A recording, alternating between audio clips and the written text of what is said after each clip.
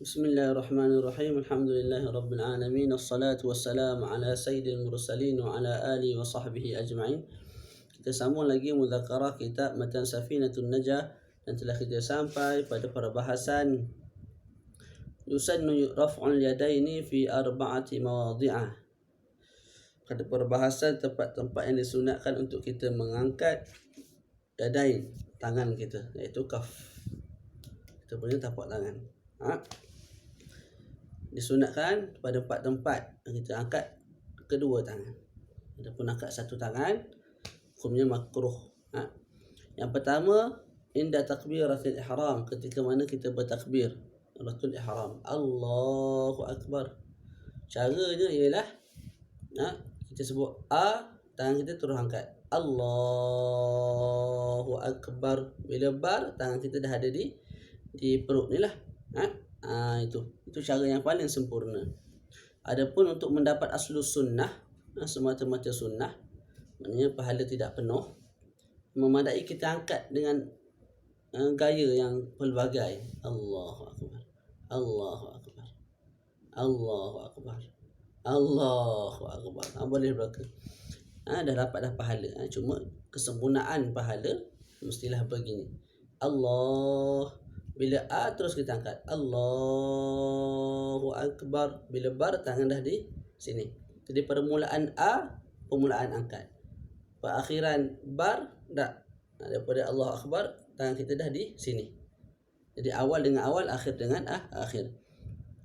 Sunat kita angkat takbir ketika mana takbiratul ihram. Sunat kita angkat tangan ketika mana takbiratul ihram, sama ada ketika mana kita sembahyang berdiri ataupun sembahyang duduk ataupun sembahyang mengiring. Tak. Sunat belakalah. Okey. Kemudian dibincangkan perkara-perkara sunat yang kita perlu buat bila mana kita bertakbiratul ihram. Yang pertama, hendaklah tangan kita ni jangan pakai sarung tangan lah, buka. Yang kedua, menghadap ke kiblat. Tapak tangan ni, Allahu akbar. Jangan macam ni. Jangan macam ni, lagilah salah kan. Allah, tapak ni menghadap ke kiblat. Lepas tu kita buka sikit jari kita ni. Antara jari dengan jari tu dibuka. Jangan rapat. Jangan buka luas sangat, tak sederhana. Kemudian biar berbetulan antara ibu jari, kepala ibu jari, ru'usul asabi' ataupun ibhamain dengan syahmatail udhun ni. Allah, mana ni berbetulan dengan ni. Yang atas ni berbetulan dengan ni. Yang atas ni berbetulan dengan jari yang ni lah. Allahu akbar. Jangan lagu ni. Ni nak surrender. Okey. Ataupun lagu ni. Tak. Allahu akbar. Itu yang afdal. Okey. Lepas tu biar duduk di atas bahu. Gini. Kalau waktu ke bawah, dia kena bahu lah. Jangan lagu ni. Ni memang berbetulan dengan syahmatul udhun. Ni pun sama dengan atas ni, tapi duduk tepi, tak, kita nak di atas bahu. Allahu akbar. Begitu. Tempat yang kedua kita sunat angkat tangan ialah ketika mana nak rukuk. Sunat angkat tangan ketika mana nak rukuk. Nak dapat semata-mata, nak dapat aslus sunnah, memadai kita Allahu akbar, angkat lagu mana pun, yang penting angkat. Dah dapat dah pahala. Cuma kesempurnaan untuk dapat pahala ialah dengan cara wal akmalu an yabda bir raf'in qa'iman ma'a ibtida'it takbir fa idza hadha kaffahu mankibaihi inhana. Kita sembahyang lagu ni tak? Abi Fatihah. Bila Abi Fatihah baca surah walam yakun lahu kufuwan ahad. Allah, Allah. Bila tangan dah kat sini, boleh kita start tunduk. Begitu. Allahu akbar. Bila bar tu, tangan kita dah ada di lutut.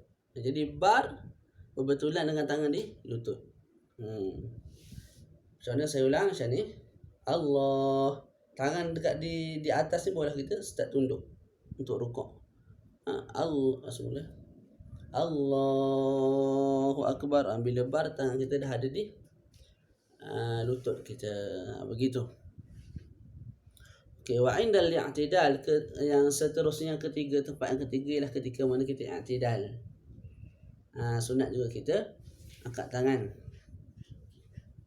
Bila kita nak angkat tangan, fayarfa'ahuma ma'abtida'i raf'i ra'sihi ila lil intisab.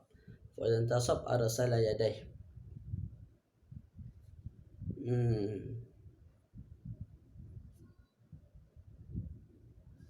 Jadi kita rukuk ni, kita sedang rukuk. Kita sedang merukuk. Bila kita nak start angkat tangan, ma'abtida'i raf'i ra'sihi. Bila mana kita mula angkat kepala, kita mula angkat tangan. Begitu. Jadi Allah. Bila kita start angkat kepala tu, dalam masa sama kita start angkat kita punya tangan. Allah.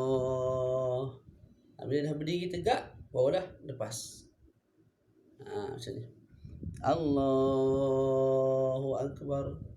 Dah berdiri tegak, baru kita lepas tangan. Lepas tangan di sisi lah. Yang seterusnya yang keempat, wa indal qiyam min at-tasyahhudil awal, ketika bangun daripada tahiyat awal. Tu. Lepas bangun daripada tahiyat awal. Begitu. Kita start nak angkat tangan bila? Ketika mana kita sampai pada had sekurang-kurang rukuk. Kita sebut sebelum ni, had kadar sekurang-kurang rukuk ialah mesti tangan kita ni, tapak tangan sampai di lutut. Okey, jadi sekarang ni kita daripada duduk antara kita sekarang ni daripada tahiyat awal. Tak. Kita bangun Allah. Okey. Bila kita dah sampai pada had sekurang-kurang rukuk, ketika itu kita mula angkat tangan dah. Sampai berdiri Allah Akbar. Gitu. Boleh. Saya buat sikit demo. Macam mana caranya? Allah. Nampak tak? Tak nampak ni masalahnya. Ni kita duduk ni. Saya buat sikit. Kita duduk ni. Tahiyat tak? Allah. Ni dah sampai kepada had sekurang-kurang rukuk ni. Waktu ni kita dah angkat tangan dah. Tu. Jadi bila kita sampai pada had sekurang-kurang rukuk, kita dah mula angkat tangan. Tu. Boleh Faslun, fasal yang baru membincangkan tentang syarat sah sujud. Syurutus sujudi sab'atun, syarat sah sujud ada 7. Bila gugur salah satu syarat, maka tidak sah sujud. Okey. Yang pertama, an yasjuda ala sab'ati a'dha, hendaklah orang yang sembahyang itu sujud di atas 7 anggota. 7 anggota tu apa? Dia akan diterangkan dalam fasal yang akan datang. Kita baca terus fasal tu. Khatimatu, penutup. A'dha'us sujudi sab'atun, anggota sujud ada 7. Yang pertama, jabhah, dahi. Dahi. Mana dahi?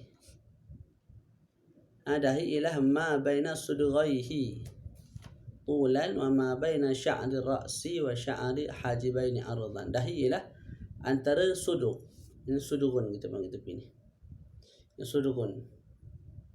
Antara suduk ni tengah ni lah. Kita panggil dahi. So pada sudut panjang. Sudut lebar je lah. Sudut lebar ialah daripada tempat tubuh rambut sampailah kita punya bulu kening. Itu sudut lebar. Jadi dahi panjang daripada sini sampai sini. Sampai sini. Sudut lebarnya daripada tempat tumbuh rambut sampailah ke bawah ni. Sampai kening ni, bulu kening kita. Itu dahi. Jadi anggota pertama bagi sujud ialah dahi.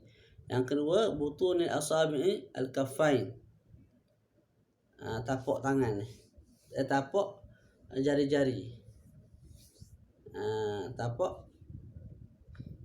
asabi' al-kaffain. Tapak jari jemari, 2 tapak tangan ni lah. Jari jemari ni tapak dia. Tapak jari jemari ni lah mudahnya. Yang ketiga,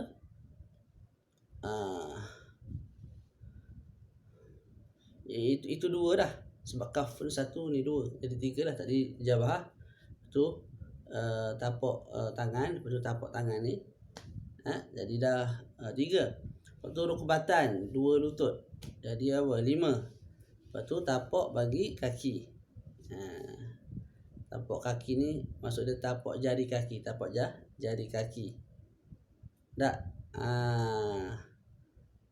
Jadi berapa tu? Jadi 7 lah. Sebab kaki ada 2. Okey. Tu kita dah baca. Kita baca balik yang depan ni. Jadi syarat pertama hendaklah sujud di atas 7 anggota. 7 anggota. Bi an yada'a ala mawdhi'i sujudi juz'an min jabhatihi. Sekira-kira orang yang sujud tu sujud di atas sebahagian daripada dahinya. Tak semestinya sujud di atas semua dahi. Tak, sebahagian dahi ni kena tanah dah memadai dah. Contoh bahagian ni ditutup oleh rambut ke, tak ada masalah. Yang penting sebahagian dahi lagi kena tanah. Kena tempat sujud lah. Yang tak boleh semua sekali tertutup. Semayang lagu ni contoh. Tak. Semua sekali tertutup daripada kena tempat sujud. Ketika itu sujud tidak sah. Tapi kalau tutup sebahagian dahi lagi terbuka, tidak ada masalah, sah. Wa juz'an min kulli min rukbatayh, dan satu juzuk daripada setiap lutut. Jadi lutut kita tu agak besar lah. Sebahagian daripada lutut itu tak kena ke tanah, ke tempat sujud. Dah memadai. Yang penting kanan pun kena, kiri pun kena. Wa juz'an min butuni asabi' kulli min kaffayh, dan juga sebahagian, sejuzuk daripada tapak tangan. Ni. Kita buat lagu ni semayang. Tekan lagu ni. Ni tapak tangan. Ni tapak jari belah kanan, ini belah kiri. Bahagian tangan ni tak sama ada kita letak tapak jari ataupun tapak tangan, boleh. Diberi pilihan.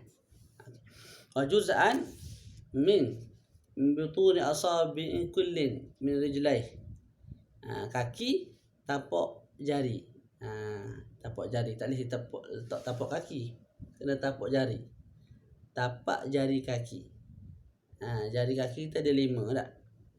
Kita letak satu tapak je daripada jari kaki tu, kita lipat lah.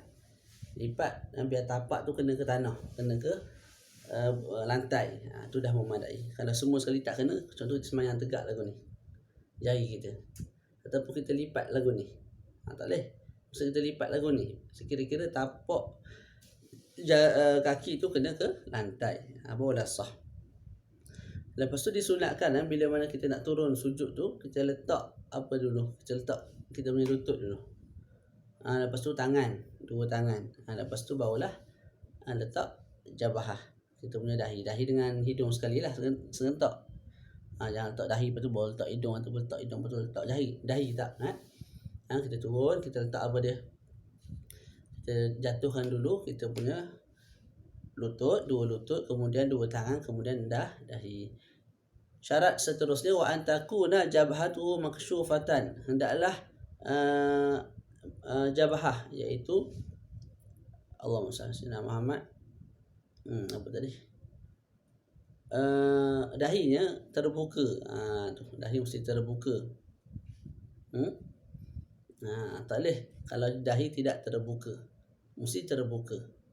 Tangan tak ada masalah nak tutup, pakai sarung tangan. Kaki nak pakai stocking tak ada masalah. Cumanya kalau tak silap makruh, kalau tidak ada hajat. Kalau ada hajat, sejuk dan sebagainya, tak ada masalah, tidak makruh. Tapi bahagian kepala, bahagian dahi wajib kita buka, Okey. Boleh. Jadi mesti kita punya dahi ni kena ke lantai, walaupun sebahagian dahi, ataupun bulu kepada dahi. Contoh dahi kita ni tumbuh bulu. Jadi kita sujud kat lantai tu kena bulu dahi. Lantai tidak kena dengan kulit dahi. Sebab dahi tu ada bulu, tidak ada masalah, sah juga solatnya. Jadi sama ada kulit kepada dahi ni kena lantai, kena tempat sujud, ataupun bulu-bulu yang ada di dahi. Bulu dahi lah, tak boleh bulu rambut. Contoh rambut kita panjang, tak tutup semua bahagian dahi ni. Kita sujud atas rambut kita tak boleh, sebab tu bulu rambut yang kena ke tanah, bulu rambut yang kena ke tempat sujud tak boleh. Kita nak bulu dahi ataupun dahi tu sendiri, kulit dahi. Okey.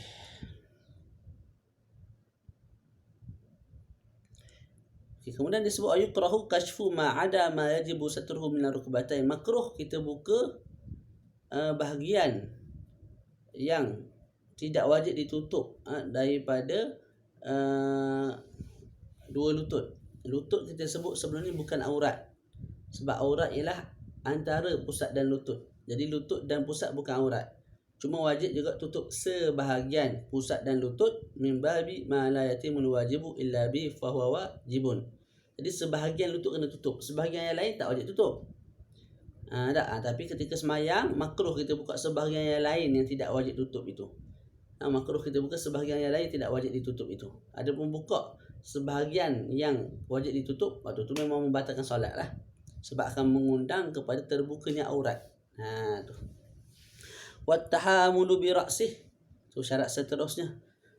Kita kena tahamul, kita kena tekan sikit kepala kita. Sujud tu kena tekan sikit. Tekan lagu mana? Tekan kat sini maksud dia kita lepas kepala kita jatuh. Biar dia jatuh. Jangan kita apa tu? Ni tempat sujud kita pun macam kita mengimbangi, kita tak lepas habis. Kalau kita lepas habis sah. Kalau kita mengimbangi, kita apa tu? Gantungkan kepala kita sipi-sipi je. Tak. Waktu tu tidak sah. Jadi kena lepas. Tahammul sini kita tahammul ni berat lah. Tahammul berat sini kita beratkan kepala. Sekira-kira mudah je. Kalau ada kapas tu terpenyek. Jadi contoh ni kapas, kita lepas. Kita lepas. Jadi terpenyek kapas ni. Tapi kalau kita tak lepas, dah akan jadi lagu ni. Tak lepas kepala ni. Jadi kapas ni tak terpenyek. Lepas tu lagu mana? Kita lepas. Tak terpenyek. Sebab ni kopiah. Kita lepas.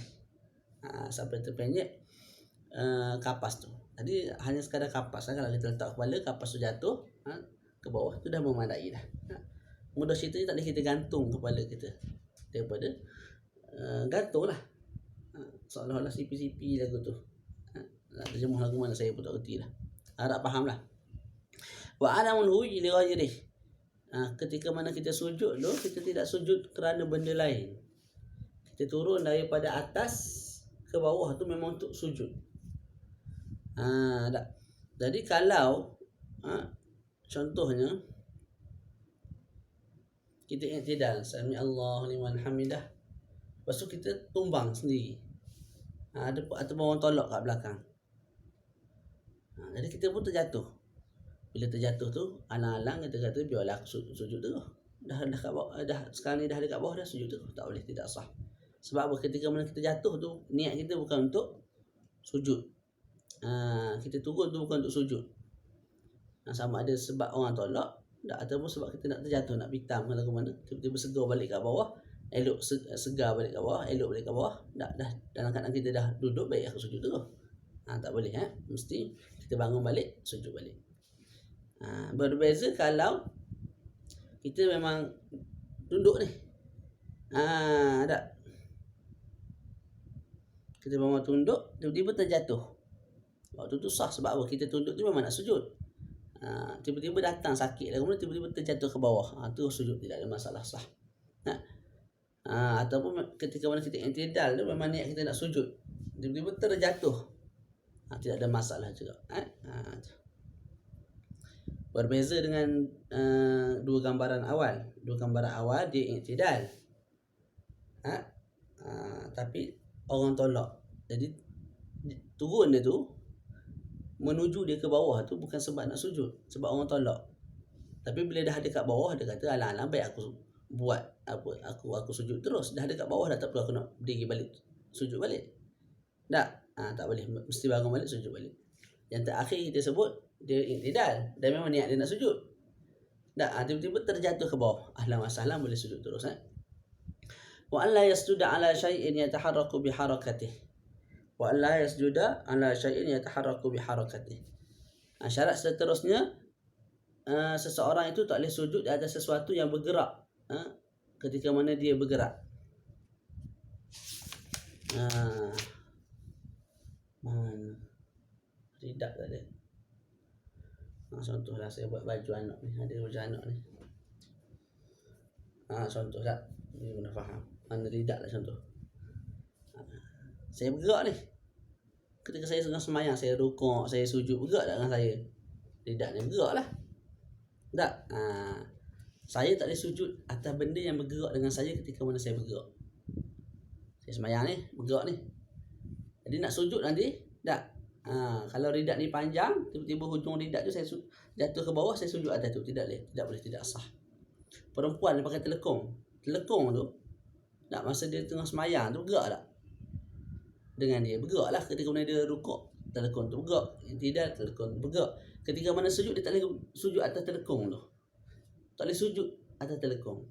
Dahi dia tak boleh sujud atas telekung. Tangan je letak atas telekung tak ada masalah. Boleh. Yang tak boleh dahi. Tu.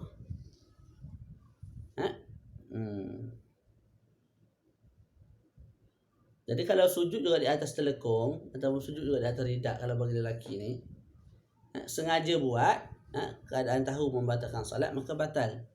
Tapi kalau tak sengaja, tak ingat hukum, lepas buat tu baru teringat hukum, maka dia kena ulang balik sujud. Kena ulang balik sujud itu. Mana dia kena berdiri balik, sujud balik.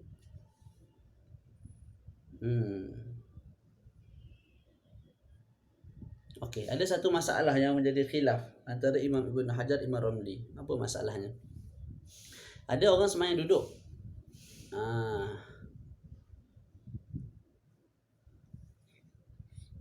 Bila dia semayang duduk, contohnya ridak dia. Tak, ridak. Ridak dia panjang. Ridak dia panjang sampai ke tanah lah. Okey, ketika mana dia semayang duduk, ridak yang duduk di atas tanah tu tak bergerak ketika mana dia bergerak. Tak.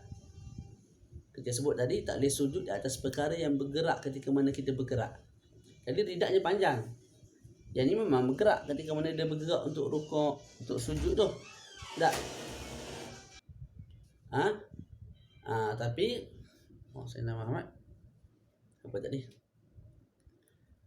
Ketika mana dia semayang seorang, ketika dia semayang duduk, yang ni Allah Sayyidina Muhammad, ridak ni panjang.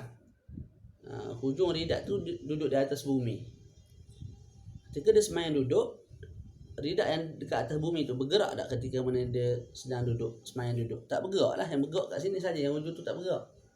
Jadi dia tak boleh sujud atas ni, sebab ni bergerak. Tapi yang hujung tu, ridak yang hujung tu tak bergerak ketika mana dia rukuk sujud. Boleh sujud atas tu, tidak ada masalah. Tak? Jadi khilaf sebenarnya antara Imam Ramli, Imam Ibn Hajar. Kalau dia berdiri pula, kalau dia berdiri, nescaya ridak yang hujung itu yang tidak bergerak ketika mana dia duduk tu akan bergerak ketika mana dia berdiri. Contoh ni hujung ridak tu, duduk kat atas tanah tak bergerak lah ketika mana kita semayang duduk. Tapi kalau kita berdiri, dia akan naik sekali yang kita. Dia duduk kat atas juga. Jadi kalau kita semayang kat dalam berdiri, dia bergerak. Okey. Jadi kawan tu semayang duduk, tak semayang berdiri. Dia sujud di atas satu ridak yang tidak bergerak ketika mana dia semayang duduk. Tapi ridak tu, jikalau dia sembahyang berdiri, maka ridak tu akan bergerak. Okey, dia sujud di atas ridak itu sah ke tidak? Imam Ibn Hajar, Imam Khatib Syiribini sebut tidak ada masalah. Sebabnya apa? Sebab kamu sujud di atas ridak, tapi ridak tu tidak bergerak ketika mana kamu sembahyang duduk. Dan sekarang kamu sembahyang duduk, maka tak ada masalah lah. Kamu kan sembahyang berdiri. Kamu sembahyang berdiri, kamu sembahyang duduk tak? Jadi kamu sujud atas ridak tu, ridak tu bergerak tak? Tak bergerak. Jadi sah lah, tak ada masalah. Imam Ramli sebut tak, walaupun tak bergerak ketika mana dia sembahyang duduk, tapi bergerak ketika mana dia sembahyang berdiri nanti. Jadi dia ambil iktibar oleh Imam Ramli ketika mana dia sembahyang berdiri. Jadi walaupun dia duduk, dia tak ada sujud atas tu. Sebab apa? Kalau kamu sembahyang berdiri, boleh tak bergerak. Tu jadi khilaf lah. Jadi kita sebut syarat yang keberapa ni? Ha? 1, 2, 3, 4, 5. Yang kelima ni apa dia? Wa alla yasjuda ala syai'in yataharraku biharakatihi. Orang yang sujud tak boleh sujud di atas sesuatu yang bergerak ketika mana dia bergerak. Tu.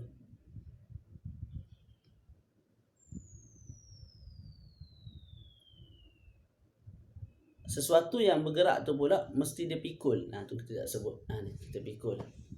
Ridak ni duduk atas bahu kita. Berbeza kalau kita tak pikul. Contoh kita semayang di atas katil, atas tilam. Tak. Kita semayang atas tilam. Tilam tu bergerak tak? Bergerak lah. Dia berhenjuk-henjuk sikit ketika kita solat tu. Jadi dia bergerak ketika mana kita bergerak. Kita sujud atas tilam tu tak ada masalah. Sebab kita bukan pikul tilam tu. Tilam duduk di bawah. Kita tak ada masalah. Mudah je. Okey. Wa kadza la yadurru sujud ala ma fi yadihi li'annahu fi hukm al-munfasil. Juga tidak ada masalah kalau kita sujud di atas perkara yang ada di tangan kita. Contoh kita semayang kita pegang tisu. Allahu Akbar. Bismillahirrahmanirrahim. Alhamdulillahirabbil alamin. Ketika sujud ni benda yang kita pegang kita letak di bawah. Kita letak di bawah di tempat sujud. Kita pun sujud atas ni. Allahu Akbar. Tidak ada masalah. Sebab apa?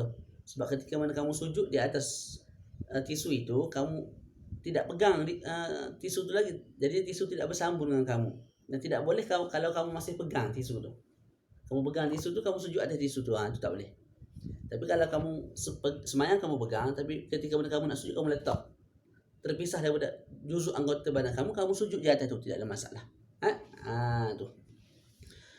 Seterusnya wartifa'u asafilihi ala a'alih. Ketika mana kita sujud, hendaklah kita punya punggung, bahagian punggung kita dan keliling punggung tu mesti lebih tinggi daripada kita punya kepala dan juga mangkib, iaitu bahu. Kalau kita sembahyang dan kelihatan kita sembahyang tu, punggung dan juga bahu sama level. Bukan punggung di atas, bahu di bawah, kepala di bawah, tidak. Ketika itu tidak sah. Gambaran mungkinlah di atas katil ke, dia sembahyang di atas katil, tak. Bahagian belakang punggung tu katil terlembek, kalau kemudian jatuh ke bawah. Jadi ketika itu menyebabkan punggung dan juga dia punya bahu sama level, tak boleh. Mesti sujud lagu ni. Ni bahu, ni kepala, ni punggung, ni keliling punggung tu. Barulah sah. Wa tuma'ninatu fi, dah kena tuma'ninah lah. Secara yakin dalam sujud, dalam i'tidal. Kalau kita syak, tuma'ninah ketak aku tadi yang kena sujud balik, kena i'tidal balik. Okay. Selesai kat situ. Khatimatun, penutup. Kita dah baca dah tentang anggota sujud, ada 7. Faslun tashdidatut tasyahudi 21. Ini membincangkan tentang sabdu-sabdu yang perlu kita raikan dalam tasyahud. Dalam tasyahud ada 21. Khamsun zaidatul 5 ditambah fi akmalihi wa 16 fi aqallihi. 16 daripada 21 itu ialah bila mana kita baca tasyahud yang wajib sahaja. Kalau kita campur tambah kalimah-kalimah yang sunat, tak akan menyebabkan 21 tambah lagi 5 tasyahud sabdu. Kita baca laju-laju je mudah. At-tahiyyatu di atas ta dan juga ya ada sabdu. Al-mubarakatus salawatu di atas sad. At-tayyibatu di atas ta dengan ya. Ala lillahi di atas lam. Assalamu di atas sin. Alaika ayyuhan nabiyyu di atas ya, di atas nun, di atas ya. Wa rahmatullahi di atas lam. Wa barakatuhu di atas lam. Harap semua ada kitab bila belajar. Kitab di depan. Assalamu ala sin. Alaina wa ala ibadillah. Wa ala alaina wa ala ibadillah di atas lamil jalalah. As-salihin di atas sad. Asyhadu an la ilaha illallah di atas lam alif. Asyhadu an la ilaha illallah. Illallah di atas lam, illallah di atas lam alif dan juga lam al-jalalah. Illa di atas lam alif. Illallahu di atas lam daripada huruf, daripada kalimah al-jalalah. Wa asyhadu anna di atas nun, Muhammadar Rasulullah di atas mim, Muhammadin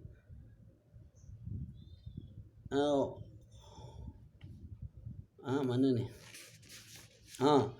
Muhammadar Rasulullah ala mim Muhammad. Ala mim Muhammad, atas mim. Lepas tu Muhammadar di atas ra. Rasulullah di atas lamul jalalah. Faslun tasydidatu aqallis salati ala nabi arba'un. Satu fasal yang baru yang membincangkan tentang sabdu-sabdu sekurang-kurang selawat ke atas Nabi ada 4. Allahumma di atas lam dan juga mim. Allahumma salli di atas lam, ala Muhammadin atas mim, wa aqallus salam assalamu alaikum di atas sin. Jadi di atas dibincangkan sabdu-sabdu dalam selawat dan juga pada salam. Assalamualaikum di atas sin. Selesai kat situ. Jadi kita baca tasyahud akhir, salam, al-Fatihah, rukun-rukun qauli lah. Tak, mesti jaga sabdu-sabdu itu. Mesti jaga sabdu-sabdu itu. Okey, kemudian kita akan masuk pada bahasan mengenai waktu-waktu solat. Seperti sekadar itu. Wassallallahu ala sayyidina Muhammad wa ala alihi wa sahbihi wa baraka wa sallam. Alhamdulillahirabbil alamin.